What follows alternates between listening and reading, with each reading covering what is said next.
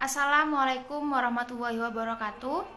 Perkenalkan, nama saya Kivia Ababil, NIM 241050 192.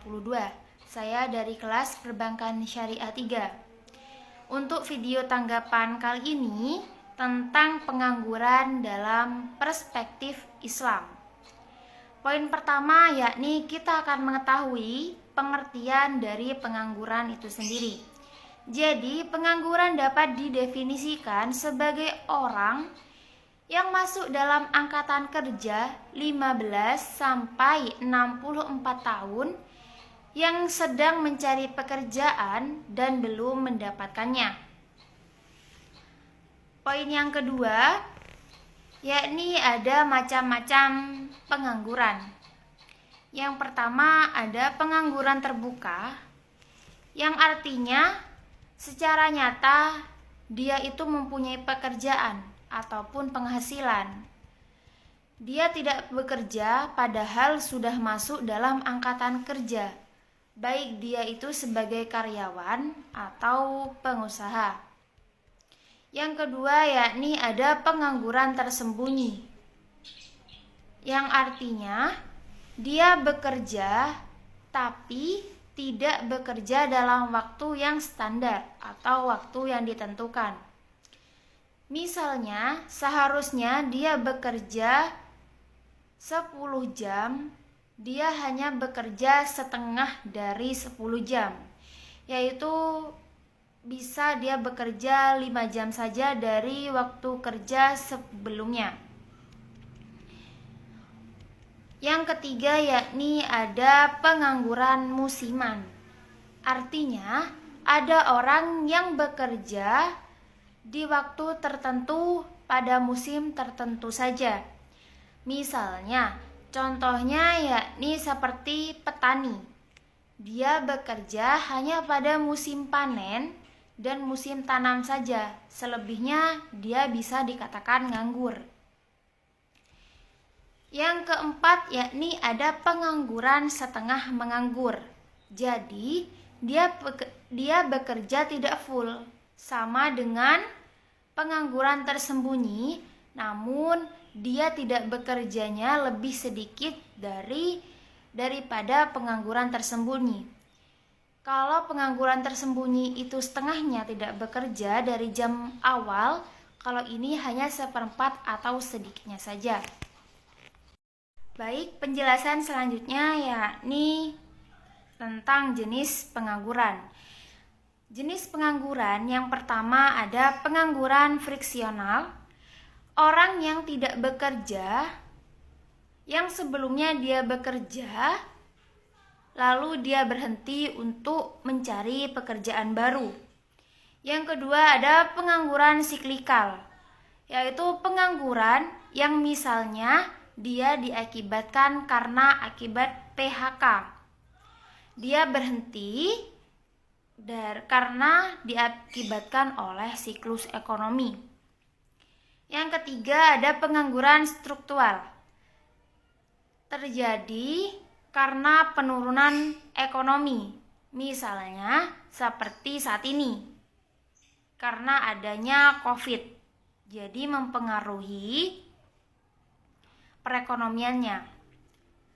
Yang keempat ada pengangguran teknologi. Nah, pengangguran teknologi ini misalnya seorang petani. Dia awalnya bekerja, namun jasa pekerjaannya diganti oleh kemajuan teknologi yang sedang berkembang pada zaman ini.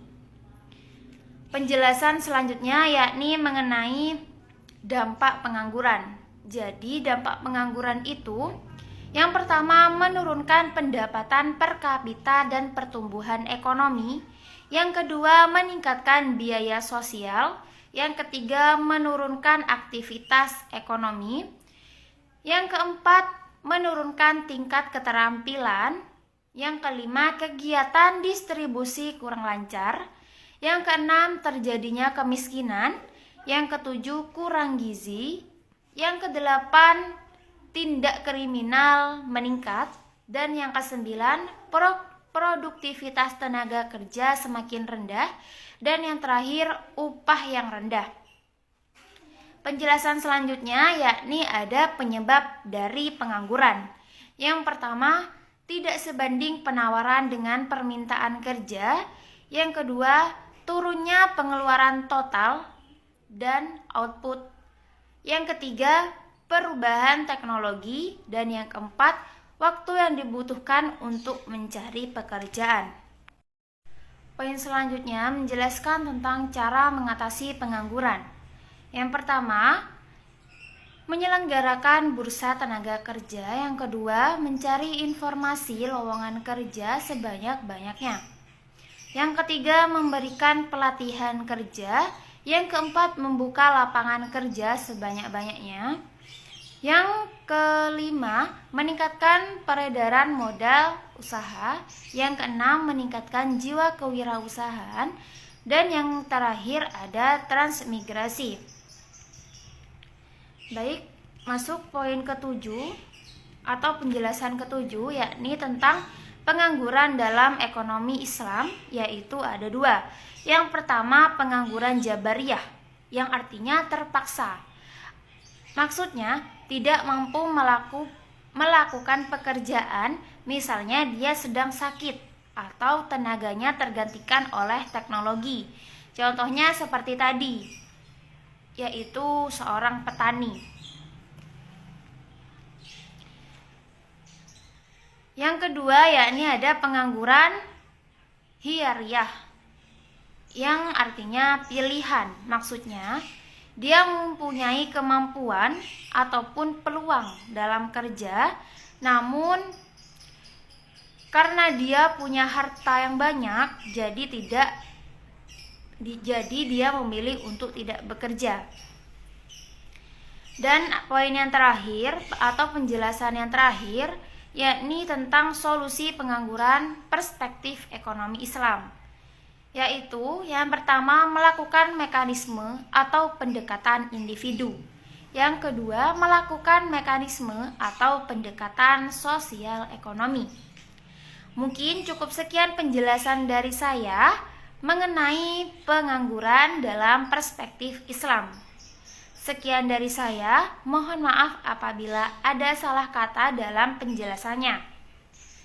Sekian, Assalamualaikum warahmatullahi wabarakatuh.